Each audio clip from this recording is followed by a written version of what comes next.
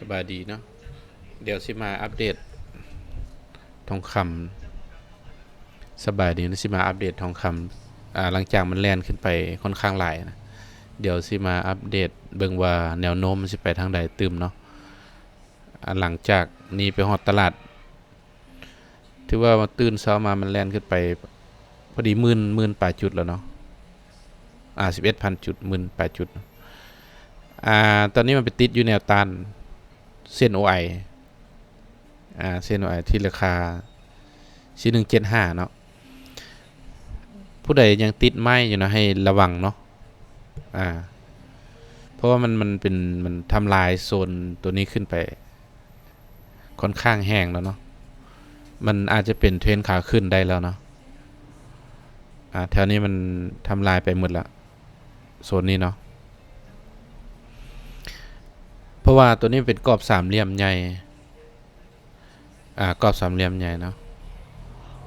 ของเดย์ของถือว่าทะลุไปได้แล้วเนาะตัวนี้มันทะลุไปถ้าผู้ใดติดไม้อยู่เนาะติดไม้ไม่เซลล์หรือไม้เนี่ยถ้ามันเปลี่ยนไปได้ถ้ามันย่อลงมาเนาะมันฮอดราคานี้เส้นไข่ปลาเส้นโอไอตัวถึงอยู่ราคานี้แล้วมันย่อลงมาแบบนี้แถวๆนี้แหละให้ปิดก่อนปิดได้นะบางทีมันจะขึ้นไปต่อเนาะฮอดราคาสูงสุดที่200แนวต้านสำคัญที่200เนาะ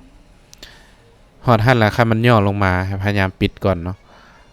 มันมีโอกาสย่อลงมาแล้วขึ้นต่อได้นะเพราะว่ามันขึ้นก่อนข้าวนั้นฟาร์มมาอาจจะพุ่งไปต่อได้อันนี้กรณีที่1เนาะครับมันย่อลงมาเราสามารถปิดได้แล้วไปจะมีโซนเซลล์อยู่นี่เนาะอยู่ราคาที่250ที่262เนาะแถวๆถึงนี้ตัวเส้นสีฟ้าสีเขียวนี่เนาะพอแถวนั้นค่อยเซลล์ลงมาก็ได้เนาะ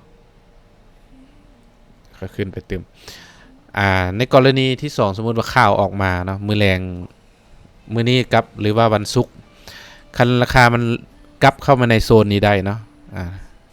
แล่นลงแหงเข้ามาในโซนสามเหลี่ยมนี้ได้เนาะถ้ามันเข้ามาในโซนสามเหลี่ยมนี้ได้เราก็ท่าบายแถวนี้ขึ้นไปก็ได้เนาะแถวนี้เนาะมีสองกรณีถ้ามันขึ้นไปเลยวันนี้เราถ้าย่อมาแถวนี้เราก็บายขึ้นไปได้เนาะให้มันเบรกก่อนเนาะถ้ามันย่อลงมาแถวนี้หาจังหวะบายขึ้นไปได้เนาะอยู่ราคาที่ราคา4150เนาะโอเคเดี๋ยวตอนแรกข้าวออกแล้วสิมาอัปเดตราคาใหม่อันนี้ทำเฟรม H4 เนาะ